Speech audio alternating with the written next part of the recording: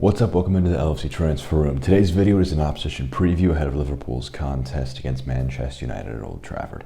In today's video, we have an interview with Crafton from Crafton from The Athletic, who is going to give some great insight from the Manchester United side of things. I'll have a breakdown of team news and what the potential lineups could look like for the match at Old Trafford. Make sure to subscribe to the channel. Let's run the intro and then get into it.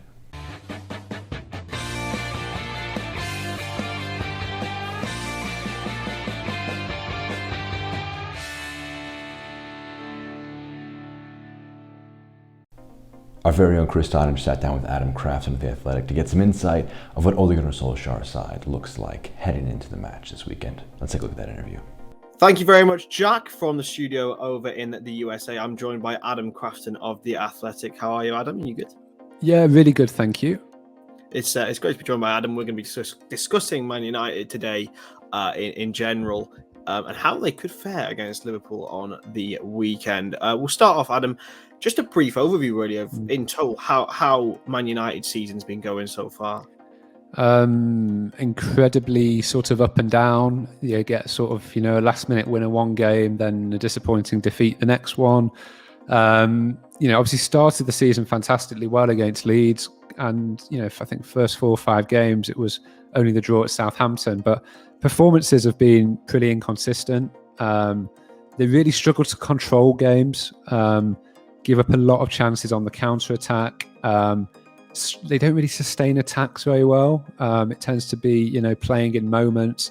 And when you've got the kind of individuals they do in, whether it's Cristiano Ronaldo or Bruno Fernandes, Mason Greenwood, Marcus Rashford, Paul Pogba, Jadon Sancho, they've got so many talented players, but they're not really looking like, a coherent collective as things stand at the moment. They've not had that game where it's all come together yet. Obviously, they had a fantastic comeback against Atalanta, but that that was a game that they should have been winning more comfortably and with far less drama than was necessary as well. So still major question marks against Ole Gunnar Solskjaer, I think, in terms of whether he can turn this team into one that's genuinely capable of competing for the title. And games like Liverpool this week, Spurs next week, Man City after that, Chelsea and Arsenal coming up soon as well, will go a long way to telling us where they're going. One of the cliches from this game that comes up quite a lot is that form goes out the window. How much do you get behind that, especially because Liverpool are unbeaten this campaign, but Man United always seem to reserve something special for them at Old Trafford? Yeah, I think it's been a bit of a trend, hasn't it, over the years? When Man United are strong, Liverpool tend to be weak, and when Liverpool are strong, Man United tend to be a bit weaker. And whoever's the weaker party seems to do a bit better in these games. It's almost as though you rise to that challenge, and well, if you can't win a trophy, then you better just beat your rival in a one-off match. So I don't buy into this sort of perception that Liverpool are just going to sweep Man United off the pitch at Old Trafford on Sunday by any means. And I think also, Liverpool have had, I think, a really good start to the season and really good run as well since, from when you think where they were in January time, when I think, it wasn't unreasonable to be wondering where the Klopp project would go at that point. I know there was a lot of injuries, but it was certainly interesting. But over the last 8 games, Liverpool have conceded 2 or more goals in 4 of their last 8 games. So, United are vulnerable, but I think United will look at Liverpool and think, probably get after them, can create chances. They'll give you a chance. Yes, United will give up opportunities, but I think Liverpool will as well. And I think that knowledge that Solskjaer will have that Liverpool have been conceding a few goals of late might just lead him to be a bit more adventurous than perhaps United should be on the day, because I think United's best chance of winning this game is probably by being quite safe in their setup and quite conservative. But I just wonder if Solskjaer might be tempted to go after Liverpool a little bit. And we know that when you give Liverpool those spaces on the counter-attack, particularly with the form that Salah's in at the moment, that it could be very fruitful for Liverpool. Yeah, definitely. I mean, you mentioned Ole there. There's been a lot of scrutiny going on this season under his name. How much do you think the win against Atalanta will give him confidence coming into a game that could potentially define and maybe be a turning point for his career at United? we've seen so many of these moments, though, haven't we, of Solskjaer? You know, we've seen him. He's beaten Pep Guardiola's Man City numerous times. He's had a couple of really good results over Liverpool at different times as well. He beat Liverpool, didn't he, at one point? I can't remember. I know he got a point there last season. Got a point at Old Trafford. What was it last season? No, it's 4-2 last season. The draw. Maybe he's not. I'll re-say that if that's all right. Yeah, that's fine. Yeah, go ahead.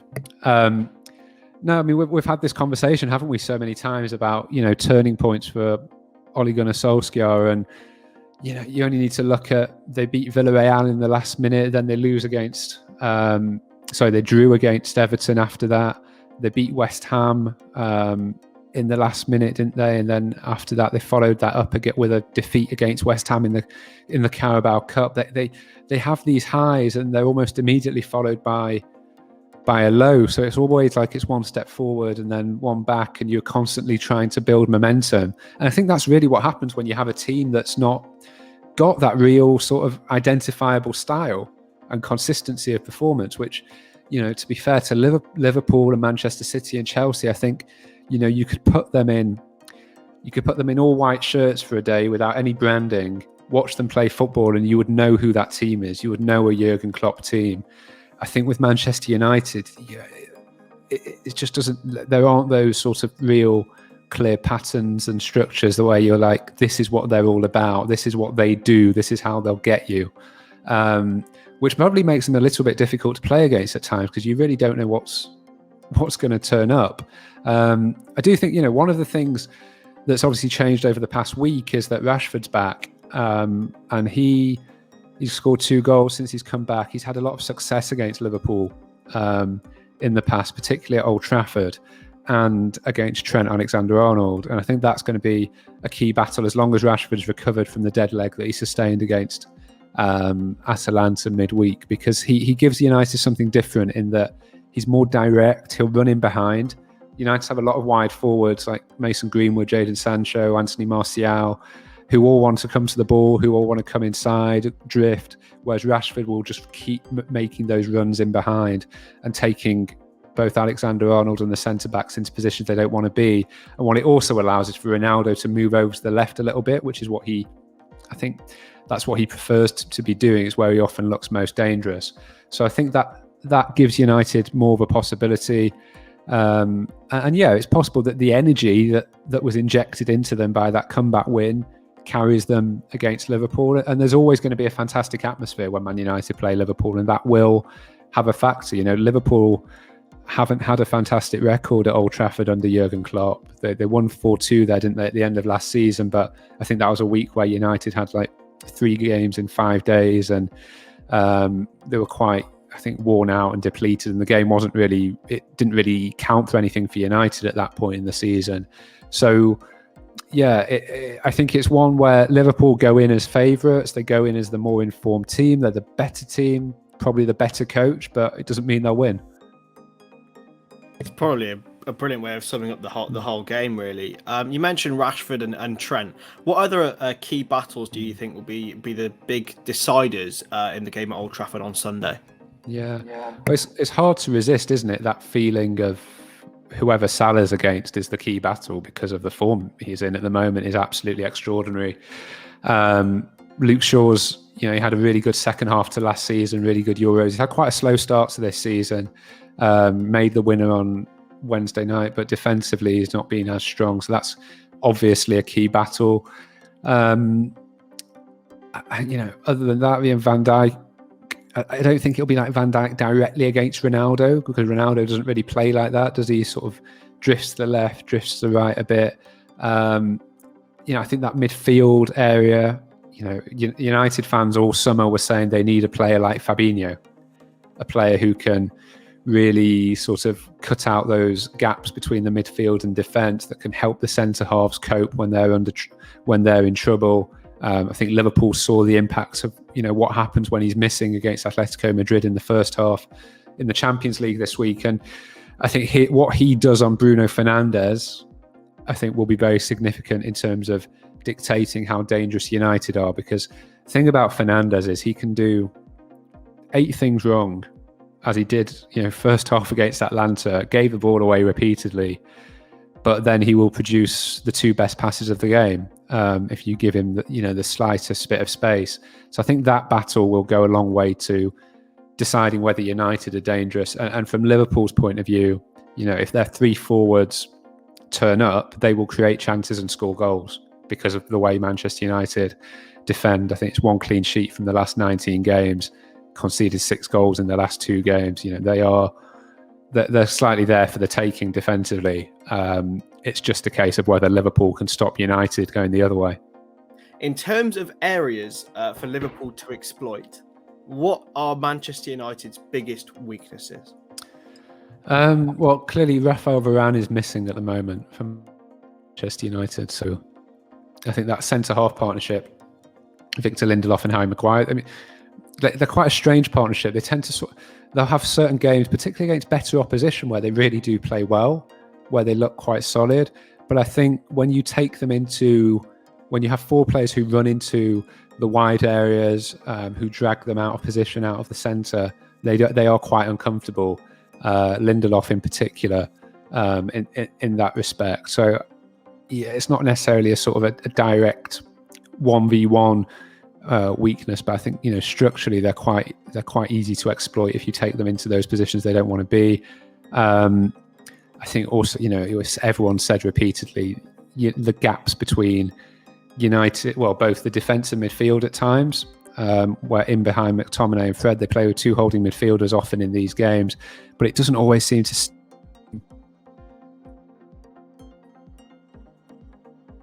that service into front players of the opposition. And one of the big things that last week when Leicester beat Manchester United was a huge gap at times between the midfield and the forwards. So those spaces between the lines, I think, is where Liverpool would have been watching the past week. And also that, United's wide forwards play very high up the pitch, which, should give an opportunity for Liverpool's Alexander-Arnold and Robertson, to really have some joy going the other way. But we've also seen, I remember in the FA Cup game between the teams last year, that both Greenwood and Rashford managed to get in behind going the other way. So both teams will have to make a judgment on how much risk they apply in that sense. And yeah, I think the thing it's a weird one because United probably have individually as many talented players as Liverpool, probably less so in defence, but certainly higher up the pitch. But Liverpool are just clearly a better team at the moment. And I'll flip the question over on its head. What can Manchester United exploit from Liverpool's perspective? This is the part where all your subscribers shout at me, isn't it? Where I point things out that you might not be brilliant at. I love Trent Alexander-Arnold. I love watching him play.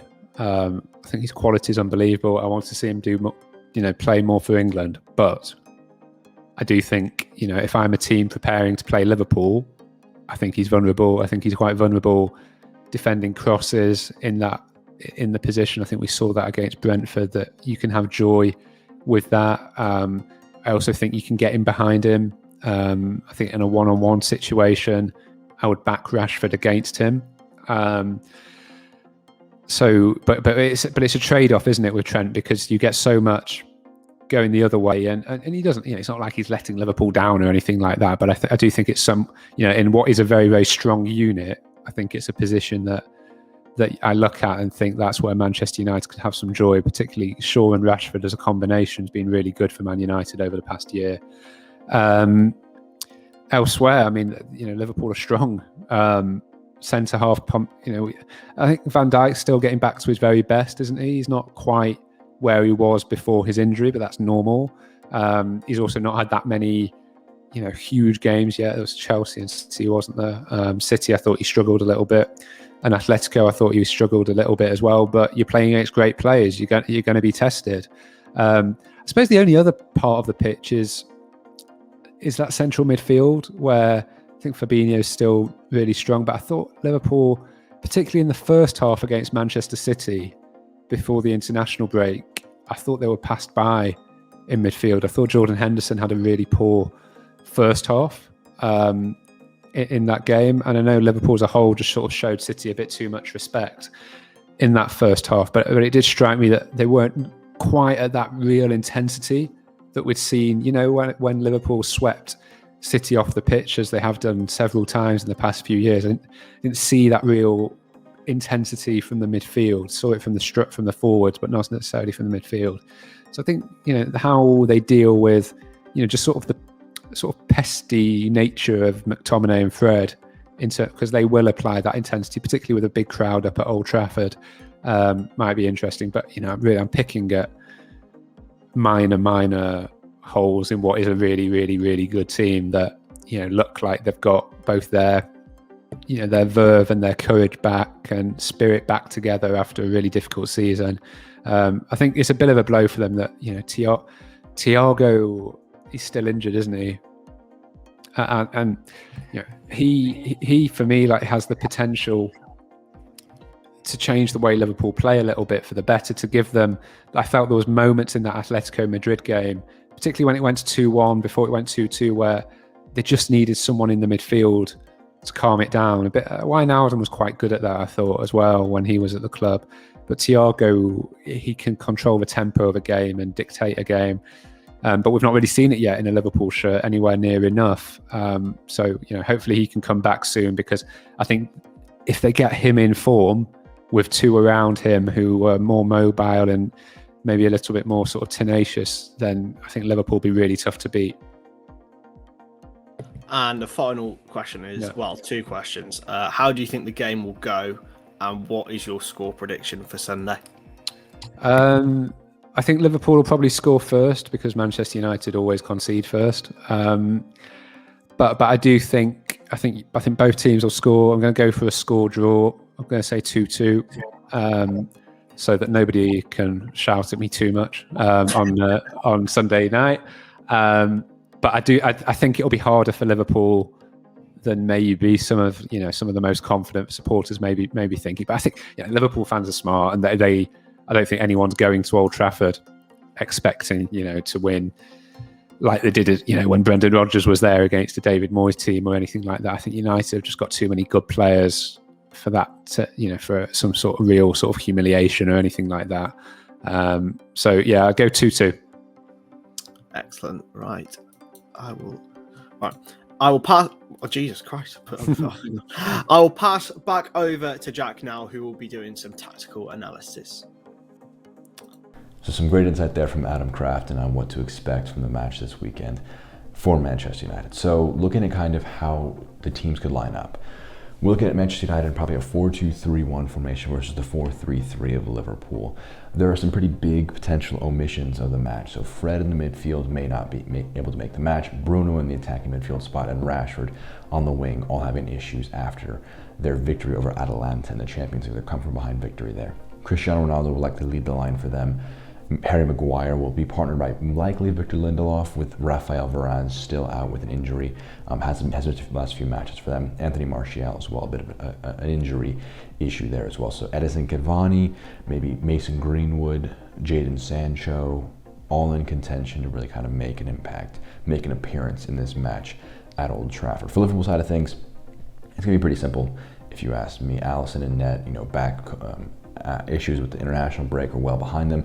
Fabinho will definitely return to the lineup, assuming no injuries pop up the next day or two.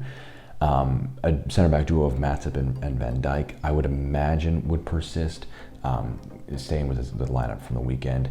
The midfield is going to be very interesting where they decide to go with. Fabinho in the midfield, Henderson in the midfield as well, may make it a bit easier for Naby Keita, but he had a good performance with the goal.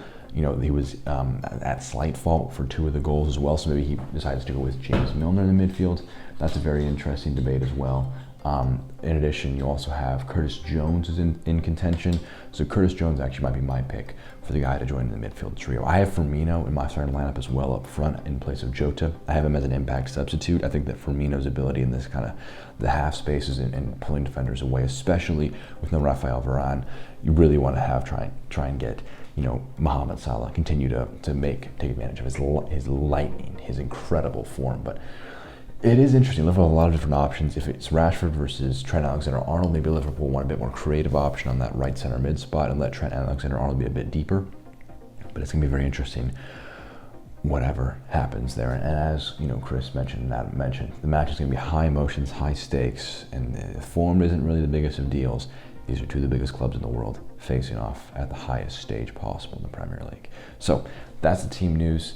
That's kind of how we could see the lineups facing off. We got some insight from Adam Crafton. That's the video from today. Thanks very much to Adam for joining the channel and for Chris for conducting that interview as well.